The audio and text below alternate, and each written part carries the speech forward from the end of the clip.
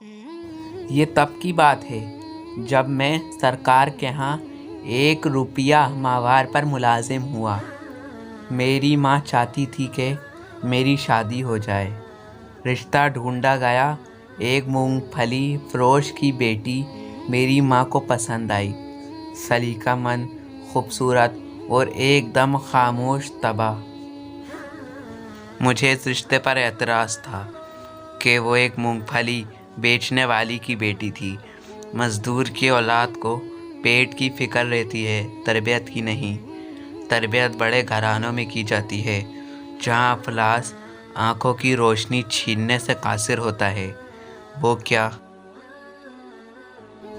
تربیت دے گی میری اولاد کو؟ لیکن وہ لڑکی میری ماں کو ایسی پسند تھی کہ اماں اس کے علاوہ کسی کا نام نہیں سننا چاہتی تھیں۔ پھر وہ بیاہ کر میرے گھر آ گئی۔ رخصتی کے وقت اس کے باپ نے مجھے کہا، میری بیٹی سیدھی سادی ہے، اسے دنیا داری کا کوئی خاص پتہ نہیں، اگر کہیں کوئی چوک ہو جائے تو معاف کر دینا۔ یہ ہے بڑے دل والی، اپنے سائیں کو خوش رکھے گی۔ وہ بالکل ویسی ہی تھی جیسی میری ماں نے بتایا تھا۔ سلیقہ مند، سگھڑ اور تابعدار۔ میری باہر دوستوں کے ساتھ صحبت کوئی اچھی نہیں تھی۔ ملازمت کے اوقات میں کھانا گھر سے باہر رکھا تھا۔ دوستوں میں بیٹھتا، رات گئے تک محفل چلتی، پھر گھر جاتا۔ وہ کیا کھاتی تھی، کیا پیتی تھی، وہ کس حال میں رہتی تھی، مجھے کوئی پرواہ نہیں تھی۔ ایک روز میں جوئے میں بھاری رقم ہار کر جب تھکا ہارا گھر آیا تو کہنے لگی، آپ تو کھانا باہر کھا لیتے ہیں، مجھے بھوک لگتی ہے، ہو سکے تو ایک ہی بار مہینے کا راشن ڈلوا دیا کیجیے، روز روز بازار سے خریداری کی صعوبت نہیں اٹھانی پڑے گی۔ کیا اس مونگ پھلی بیچنے والے کی بیٹی کی اتنی اوقات کہ مجھ سے مطالبہ کر سکے؟ مجھے طیش آیا، ہو نا تم کسی بہت بڑے باپ کی بیٹی کہ تمہیں پورے مہینے کا راشن اور خرچ چاہیے، اپنی اوقات دیکھی ہے؟ غصے میں آ کر اس پر ہاتھ اٹھایا اور مغالطات بھی بکے۔ میں یہ نہیں سوچ سکا کہ آخر اسے زندہ رہنے کے لیے روٹی تو ہر حال میں چاہیے تھی۔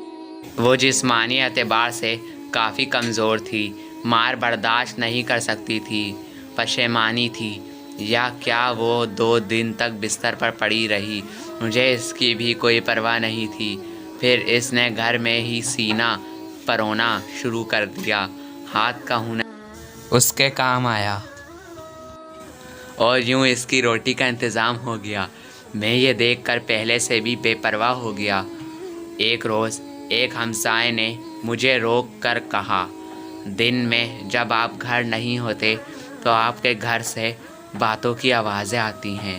میں سوچ میں پڑ گیا، میرے سوا میری غیر موجودگی میں کون آتا تھا جس سے وہ اتنی آواز میں باتیں کرتی تھی؟ غصہ حد سے سوا تھا، بس نہ چلتا تھا کہ اسے جان سے مار دوں، لیکن میں بس ایک موقع کی طاق میں تھا۔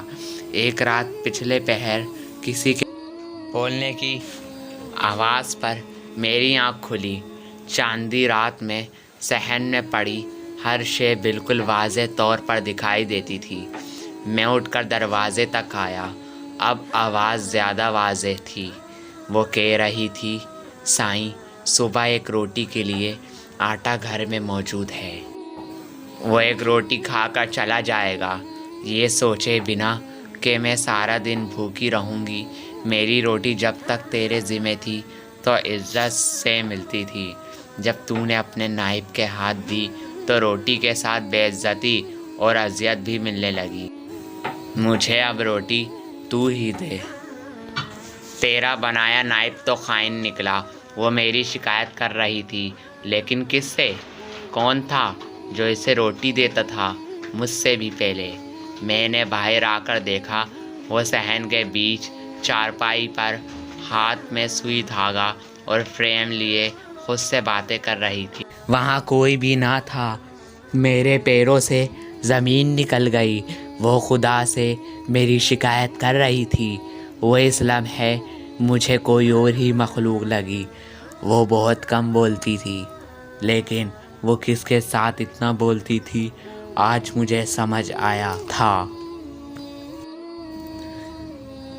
وہ تو بہت بڑے باپ کی بیٹی تھی۔ کیسی عورت تھی جو افلاس کے ہوتے بھی خدا شناس تھی۔ میرا جسم خوف سے کانپ رہا تھا۔ دن چڑھتے ہی میں نے سامان باندھا اور اسے اس کے گھر چھوڑ آیا۔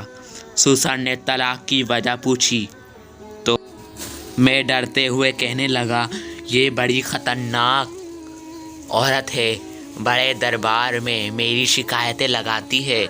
مجھے ڈر ہے کہ بادشاہ کو کسی دن تاؤ آ گیا تو میرا حشر نہ کر دے۔ حقیقت یہ تھی کہ میں اس کے ساتھ انصاف نہیں کر سکا تھا۔ اس کا باپ گھر کی دہلیز پر کھڑا تھا۔ میرے پلٹنے پر کہنے لگا، میں نے تمہیں کہا بھی تھا کہ اسے دنیا داری نہیں آتی، وہ تو بس سائیں کو خوش رکھنا جانتی ہے۔ اس کی مراد خدا سے تھی اور میں خود کو سمجھا تھا۔ جب میں واپس گھر آیا تو مجھ پر انکشاف ہوا کہ رات اس نے یہی تو مانگا تھا، تو خود ہی مجھے روٹی دے۔ تیرا نائب تو خائن نکلا اور آج نان نقفے کا اختیار مجھ سے چھین لیا گیا۔ میں بے تحاشا رویا۔ اس کا سائیں بہت بڑا تھا، اس کی رسائی جس تک تھی وہ تو 2 جہانوں کا رب تھا۔ وہ جس کی ایک روٹی مجھ پر بھاری تھی، وہ رب اس کے لیے کیا نہیں کر سکتا تھا۔ میں واقعی ڈر گیا تھا۔ میں آج بھی ڈرتا ہوں کہیں میرے حق میں اس نے کوئی بد دعا نہ کر دی ہو۔ میں کور چشم اسے پہچان نہیں سکا۔